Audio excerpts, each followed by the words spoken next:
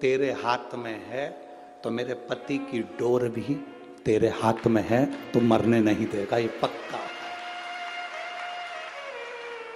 अब सौंप दिया इस जीवन का सब भार तुम्हारे हाथों, है हार तुम्हारे हाथों में और जीत तुम्हारे हाथों। तू मरने नहीं देगा, ये पक्का। एक पत्र आया है, देखिए।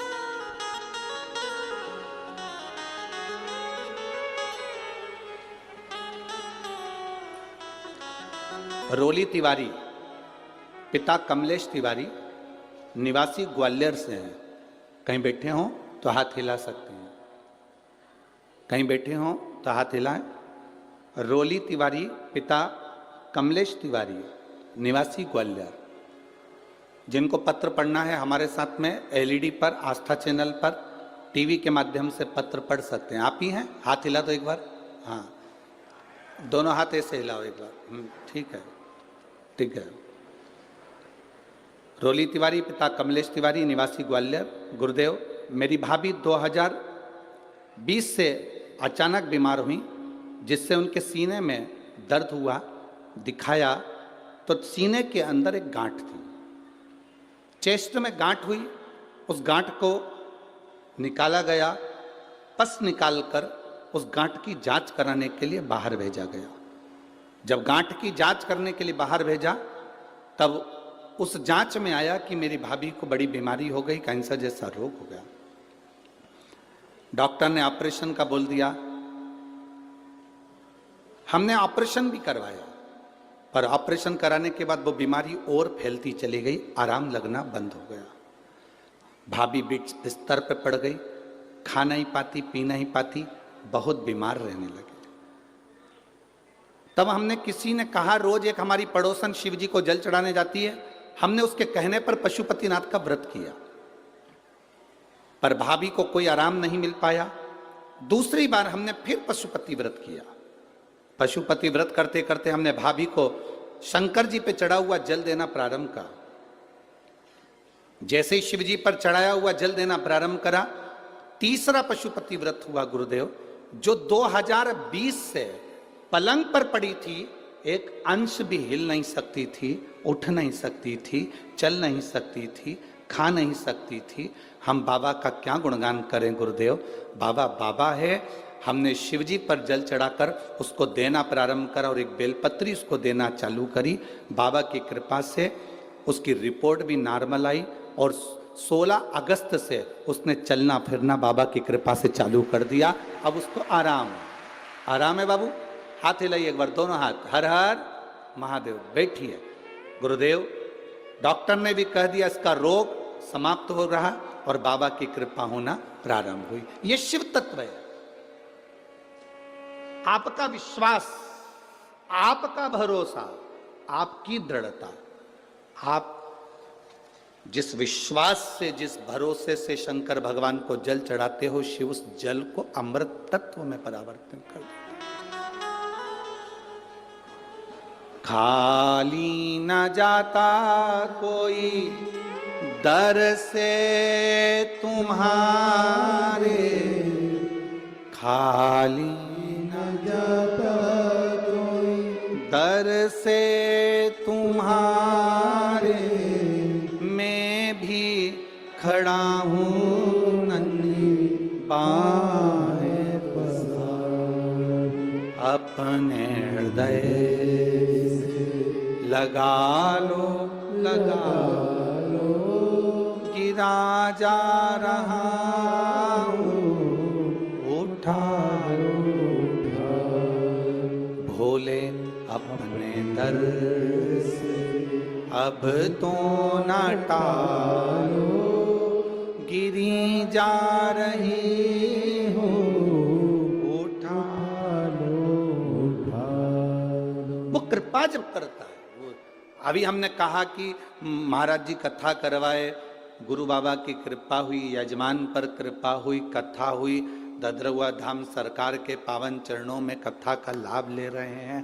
हम इतना जरूर कहेंगे, अगर बालाजी ने, हनुमान जी ने तुमको यहाँ कथा सुनने के लिए बुलाया है शिव जी की, तो खाली तो नहीं जाओगे, ये झोली भरी जरूर जाएगी, निश्चित है।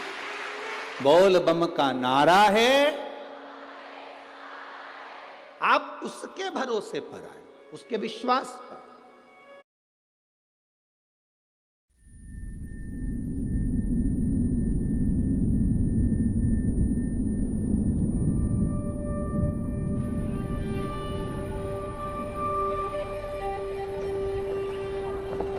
Optimism is a funny thing.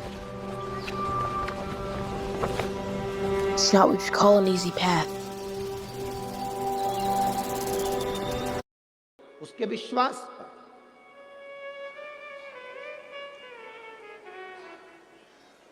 Draupadi कह रही है मेरा पति मर नहीं सकता, ये मेरा विश्वास है।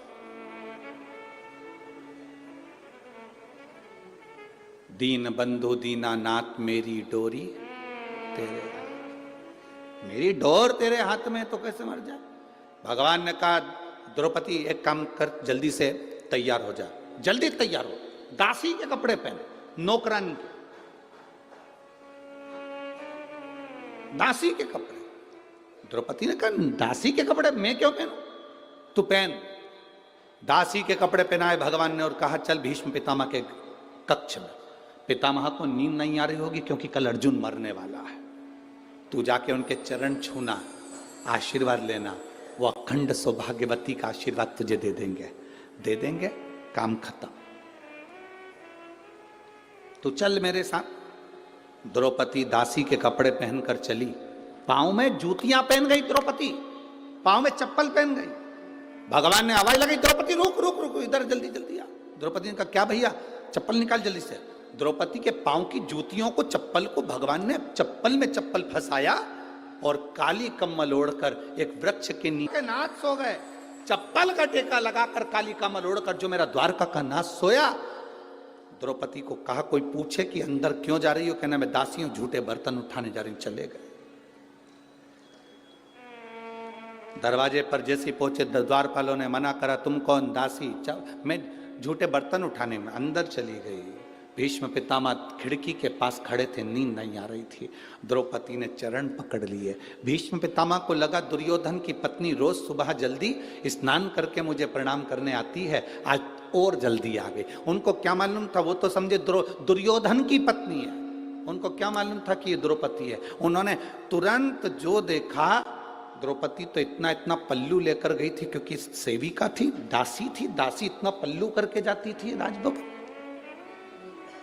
सेविका, पल्लू का फायदा कितना है। माताएं 2 बार पल्लू करती है, एक बार शादी कर कर आती है तब इतना पल्लू रखती है, क्योंकि मुंह दिखाई होती है तो सोने की रकम मिलती है। और दूसरी बार माताएं इतना पल्लू जब रखती है जब घर में कोई बुढ़ा बुढ़ी मरता है, कोई बुजुर्ग जब मरता है तब इतना पल्लू रखती है, क्योंकि आंख में आंसू तो एक भी नहीं आता, बस अंदर डिजाइन में चिल्लाती रहती है। अब बोले तो बोले क्या, पहले था पल्लू का नियम इतना, धीरे धीरे यहां आया, फिर यहां,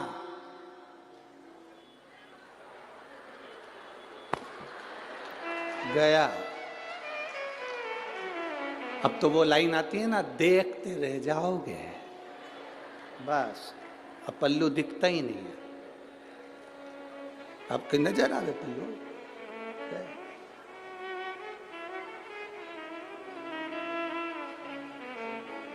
पहले के समय में होता था, नानी बाई का मायरा सुना है आप लोगों ने, जम के तो बोलो जरा। नानी बाई के मायरे में नरसिंह मेहता की दादी मर गई थी, और नरसिंह मेहता की बड़ी भाभी इतनी चिढ़ती थी अपनी दादी सास से और नरसिंह मेहता से कि उनको धक्के मारकर बाहर निकालने को तैयार हो।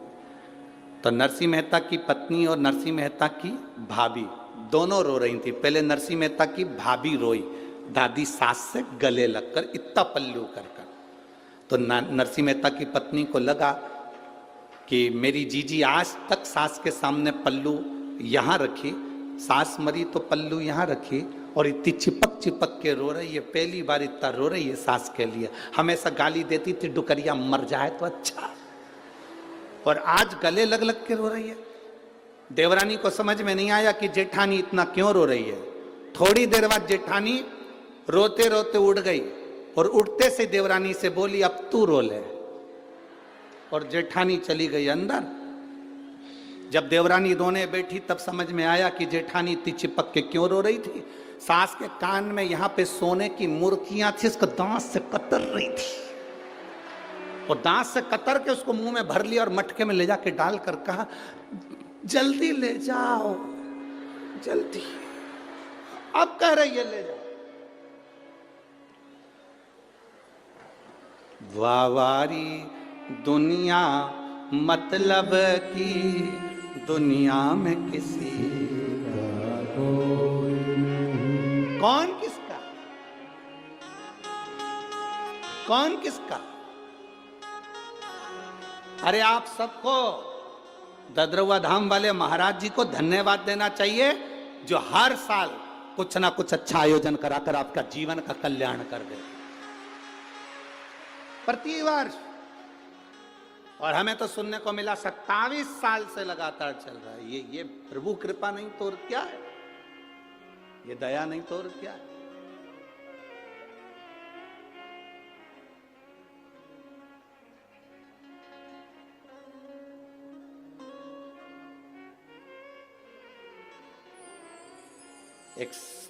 एक संत वो होते हैं जो केवल अपने अपने वालों को खिला देते हैं, अपने अपने वालों के लिए कोई आयोजन अरेंज कर लेते हैं, पर ये वो संत हैं जो केवल अपने वालों के लिए नहीं सबके लिए करते रहते हैं। ये वो संत है, सहज नहीं। संत का जो स्वभाव होता है वो यही होना चाहिए, निर्मल मन सो मोहि निर्मल।